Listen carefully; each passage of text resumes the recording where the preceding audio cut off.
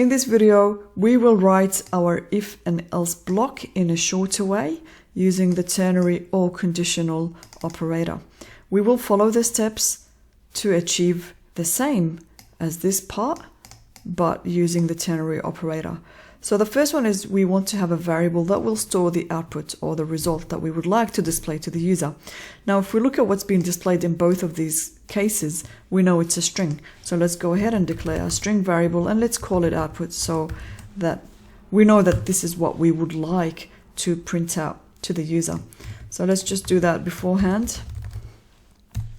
So this part sort of is like what we would like to print out to the user, which is going to be a string. But what goes into the output is what we will write up using the ternary operator. So next goes our condition.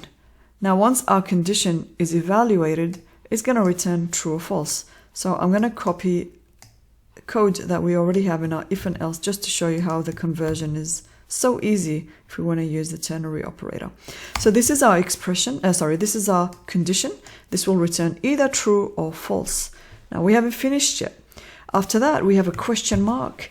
This is the expression that will be saved into output if this condition evaluated to true. So in this case, this is what I would like to go into this variable if this was true. So this part goes after the question mark. Now, what I would, in the second case where if this condition returns false, I would like this string to go into output. Then that can be indicated with a colon.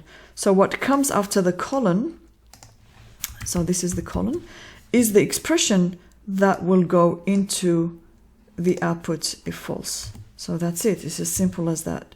So here will be, just for clarity, question mark. So just put in brackets.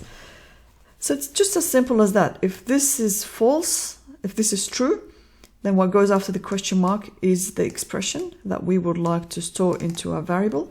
But if this returns false, then this is the expression that we would like to store into our variable. And then we'll just display that in here. Now, I just want to kind of make it clear that this is coming from the ternary operator, so that we know this is coming from here, not from these two, because both of them will actually run. So let's run our program.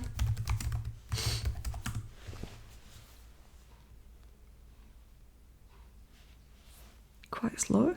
Okay, now the first one we know is coming from our if and else, but this is actually the second line here is coming from our ternary operator.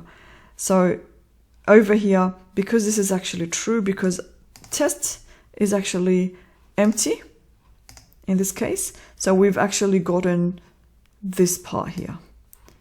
So this was actually false, this returned false. So what comes after the colon will be the expression that will be stored into our output variable, which we then print out.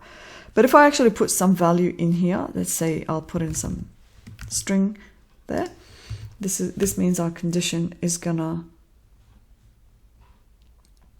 so while this is not empty, this is going to return true.